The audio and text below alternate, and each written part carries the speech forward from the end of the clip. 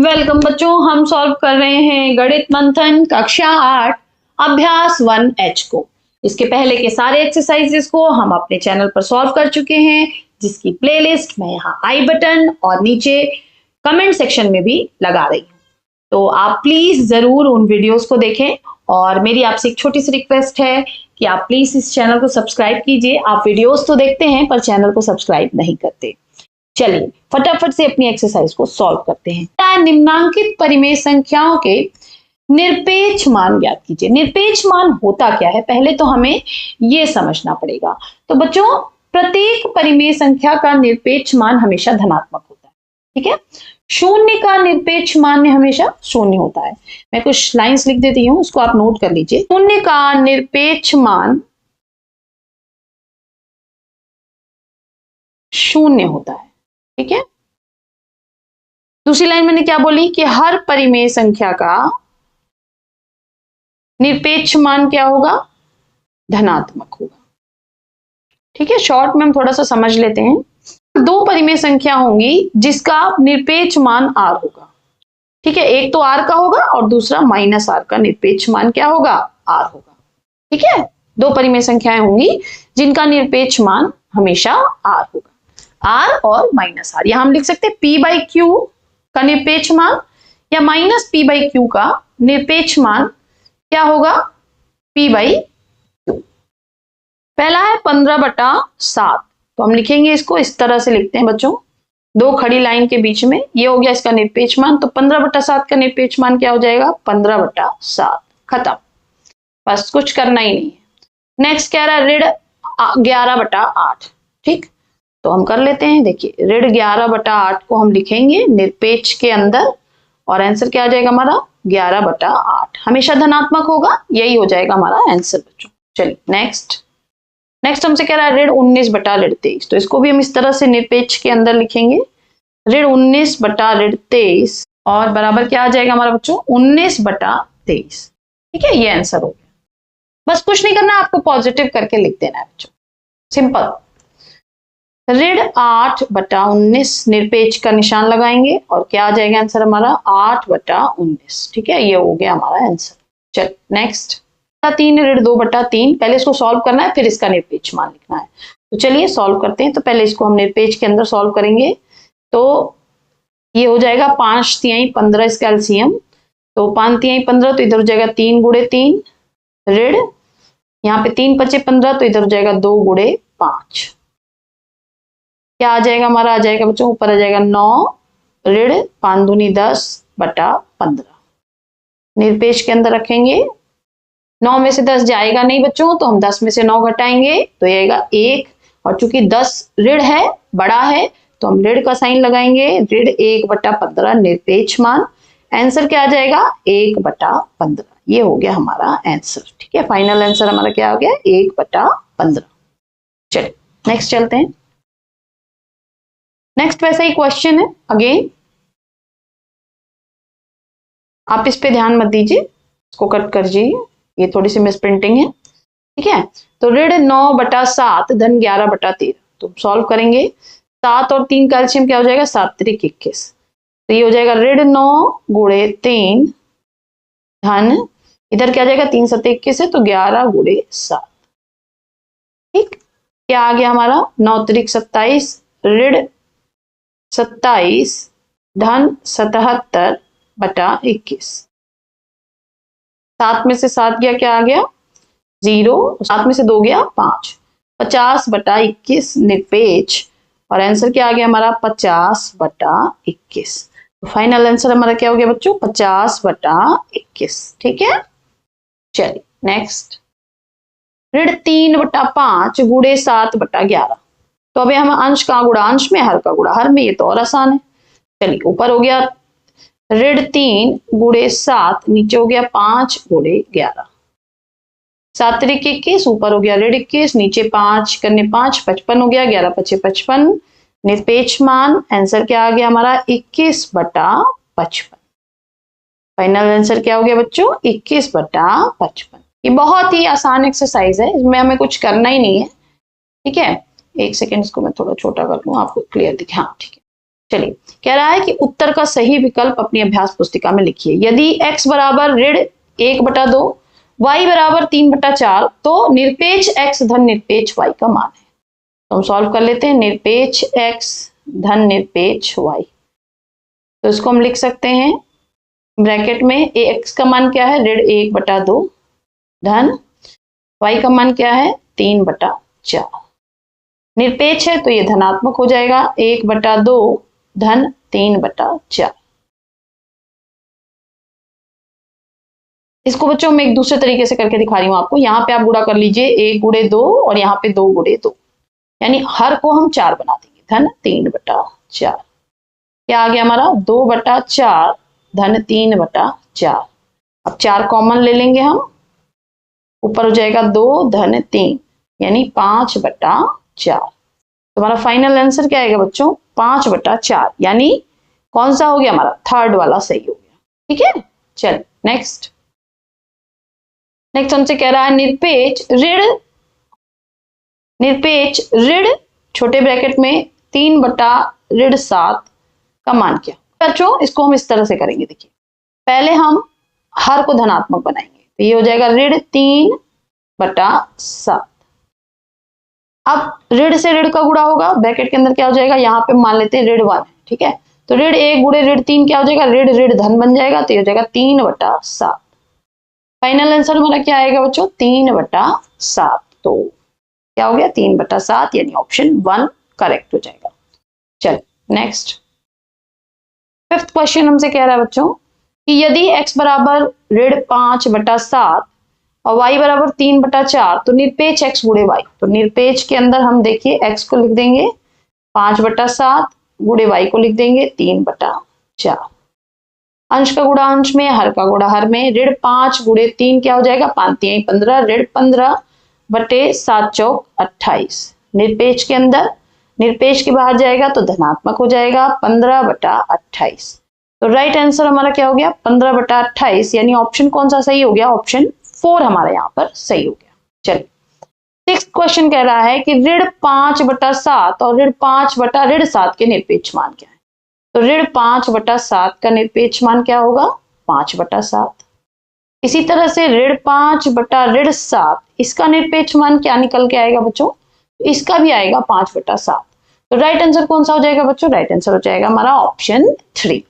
चल next question पे चलते हैं। कह रहा है सेवेंथ क्वेश्चन कि अपनी अभ्यास पुस्तिका में उतार कर प्रत्येक वर्ग में उपयुक्त चिन्ह से बड़ा, बराबर या से छोटा लगाइए। तो यहाँ पे देखिए दिया ऋण 3/4 ब्रैकेट ऋण 3/4 धन 5/8। तो इधर हमको सॉल्व करना है, उसके बाद हम टैली कर पाएंगे। तो पहले हम इसको सॉल्व कर लेते हैं।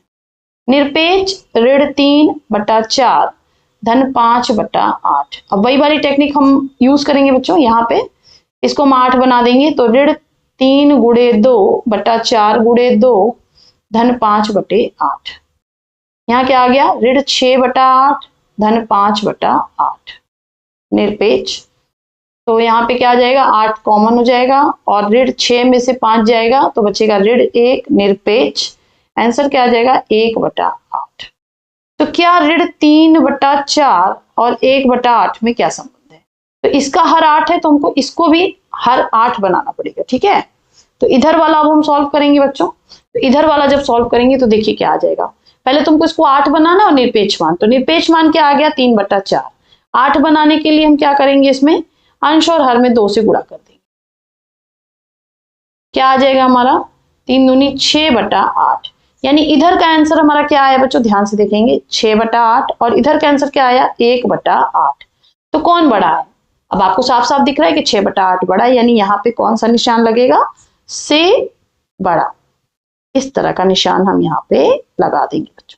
ठीक है,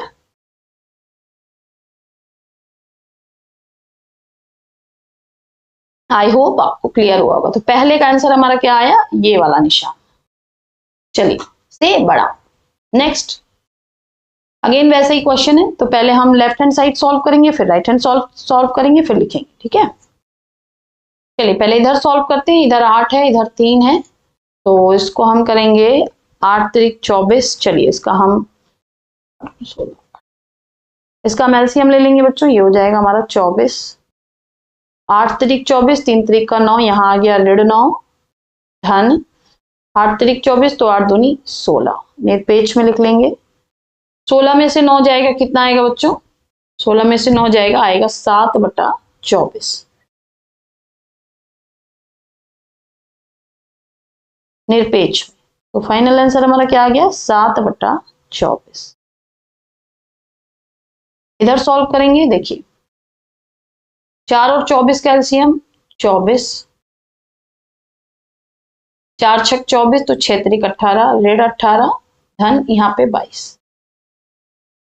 22 में से 18 जाएगा बच्चों, क्या बचेगा? 4, 4/24 निरपेक्ष में। आंसर क्या आएगा? 4/24।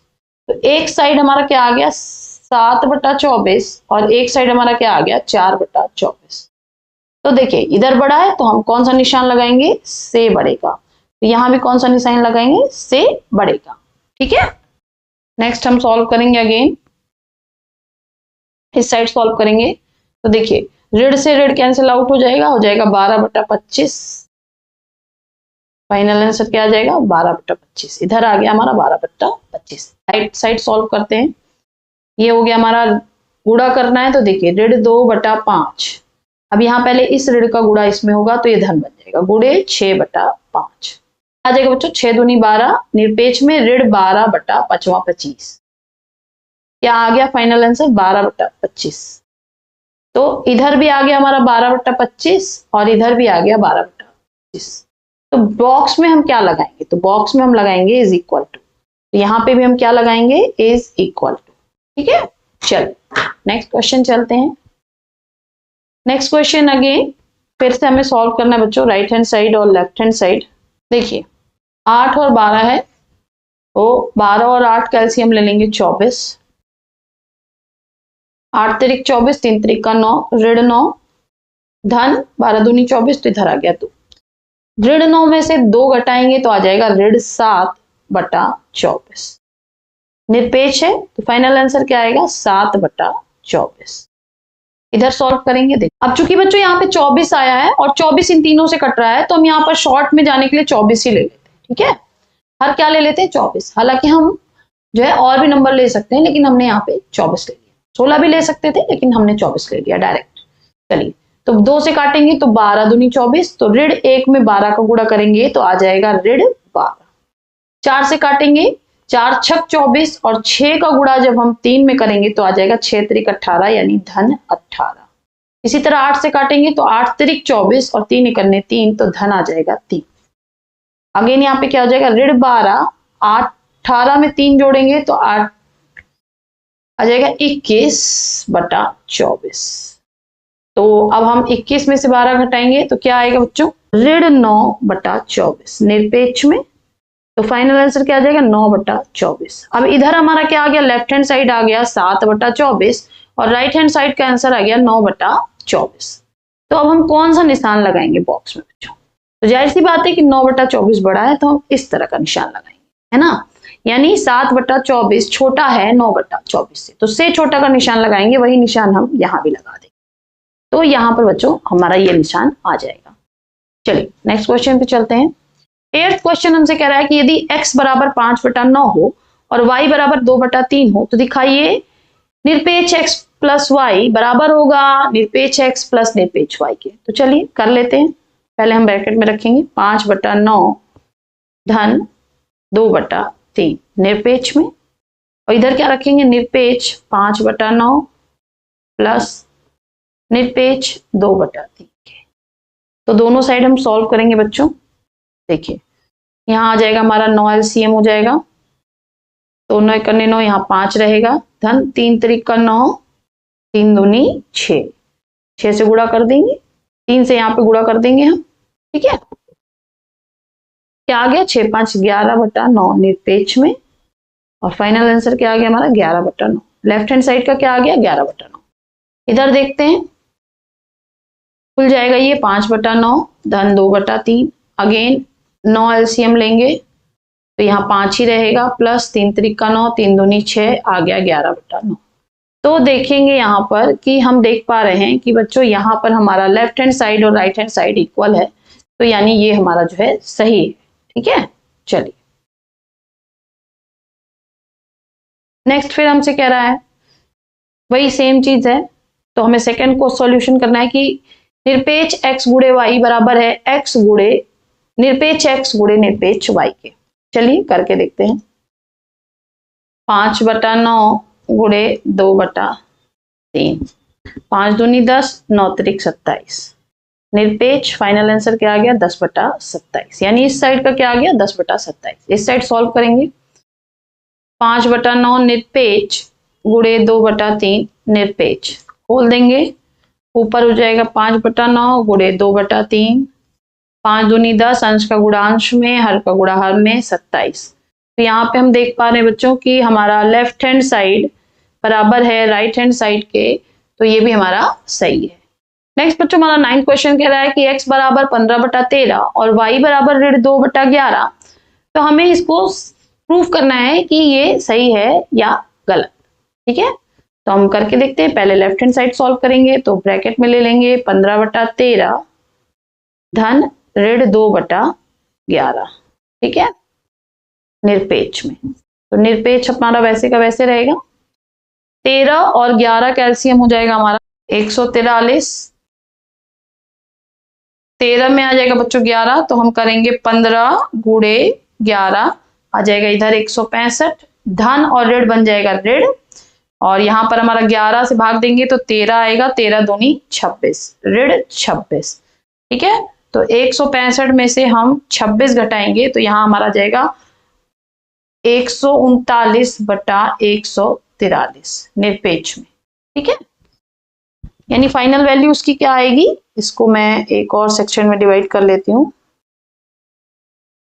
ये तो इस साइड की वैल्यू हमारी क्या आ गई 139/143। ठीक है, अब इस साइड सॉल्व करते हैं। देखिए इस साइड क्या हो जाएगा 15/13 प्लस ऋण 2/11 निरपेक्ष में, तो ये हो जाएगा 15/13।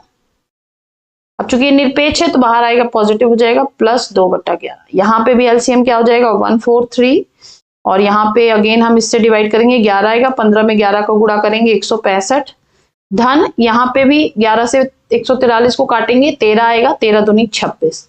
अब यहाँ पे जो है 165 में हमको 26 जोड़ देना है, तो क्या आ जाएगा बच्चों, यहाँ पे आ जाएगा हमारा 191/143। तो दूसरे साइड हमारा क्या आ गया बच्चों, दूसरे साइड हमारा आ गया 191/143। तो आप देख पा रहे हैं कि यहाँ पर हमारा ये बड़ा है, तो यहाँ पे यही साइन लगा है, यानी ये भी हमारा सही है। नेक्स्ट क्वेश्चन पे चलते हैं बच्चों। यहाँ पर सेम वैल्यू है, x बराबर 15/13 और y बराबर 2/11, और हमें गुणा करके सॉल्व करना है। तो चलिए लेफ्ट हैंड साइड और राइट हैंड साइड सॉल्व करेंगे।